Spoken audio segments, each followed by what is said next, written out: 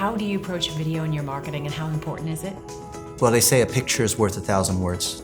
Well, a video is worth 1,000 pictures.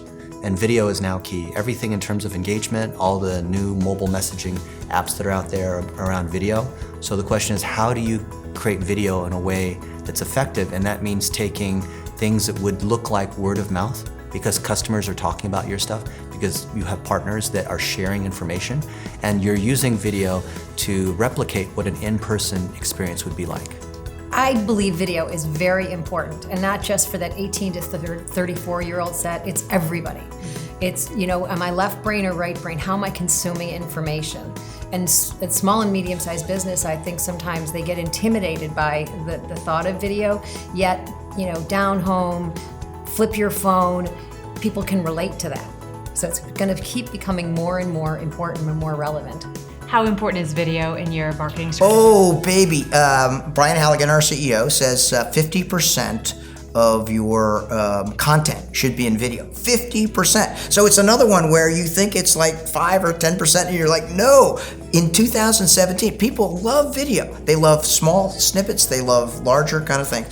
And video and all of the data analytics showcase, you can get the kind of concept over more quickly. It delights people. You can gauge their interest. So Halligan at the Inbound conference came out and said, don't necessarily hire a blogger. Go out and find a videographer, right? And take all of the content that you would normally write about it and then put it in video. And I couldn't agree with it more. I see video all the time. You see like Facebook Live, you see Snapchat. That's the direction it's going. The trends are actually well-produced, professional, high quality, like you guys are doing here at Digital Marketer. A nice set, professional lighting, multi-camera shoots, great editing. Those really stand out because psychologically, we've been used to seeing that as television type content.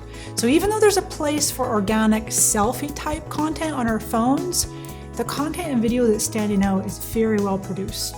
I think that it's the most important. I mean, I can't think of a campaign that we've run lately that hasn't had video as the core creative. Because I mean, for many years, video was something that only the big ad agencies could do, and media was television. So it was just completely impossible to do. Today, it's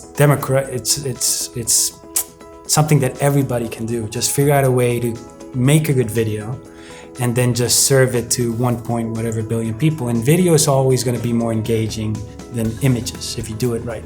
So yeah, I see no reason why video shouldn't be the cornerstone of your creative. The video really needs to be about the customer, business video.